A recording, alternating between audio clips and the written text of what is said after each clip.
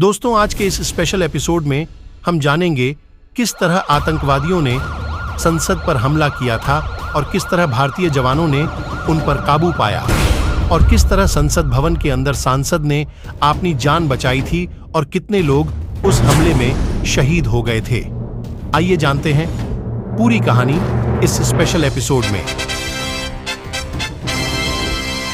दरअसल करगिल युद्ध के बाद ताबूत घोटाले को लेकर लोकसभा और राज्यसभा दोनों सदनों में हंगामा मचा हुआ था।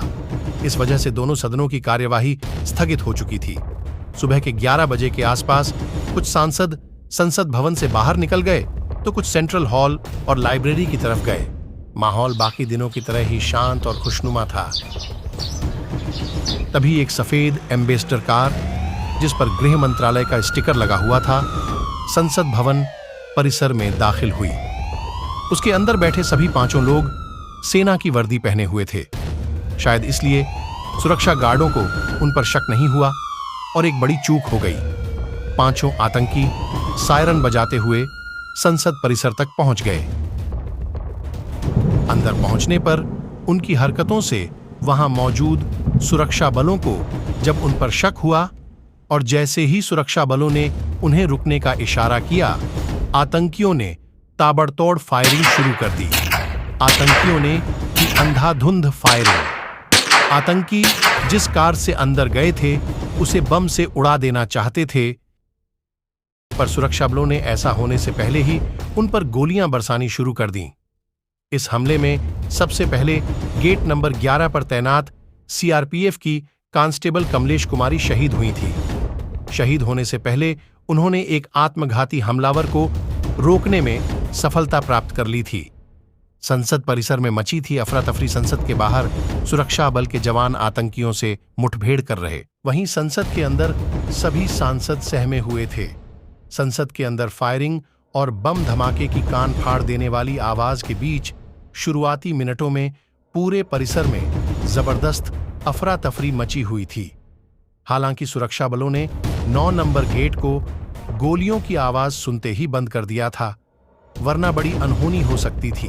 वहीं दूसरी तरफ संसद में मौजूद तत्कालीन गृह मंत्री लाल कृष्ण आडवाणी और कैबिनेट के दिग्गज मंत्रियों को संसद भवन में ही एक खुफिया सुरक्षित ठिकाने पर ले जाया गया था।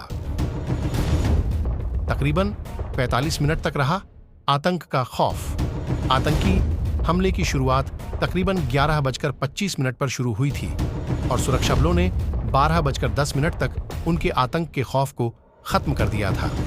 कुछ मीडिया रिपोर्ट्स बताते हैं कि पांचों आतंकियों के ढेर होने के बावजूद उस वक्त तक सुरक्षा कर्मियों को इस बात की जानकारी नहीं थी कि संसद पर हमला कितने आतंकियों ने किया है। कहते हैं कि विस्फोटक बंधे होने के कारण 5वें आतंकी के शरीर के निचले हिस्से की धज्जियां उड़ गई थीं। खून और मांस के टुकड़े संसद भवन के पोर्च की दीवारों पर चिपक गए थे और जले हुए बारूद और इंसानी शरीर की गंध हर तरफ फैल गई थी। 5 आतंकियों समेत 14 लोगों की हुई मौत। संसद भवन पर हुए इस हमले में सुरक्षा बलों ने सभी आतंकियों को मार गिराया था। दिल्ली पुलिस के अनुसार मारे गए सभी आतंकी लश्कर-ए-तैयबा और जैश-ए-मोहम्मद से जुड़े थे। इन आतंकियों के नाम हमजा, हैदर उर्फ तुफैल, राणा, रणविजय और मोहम्मद थे।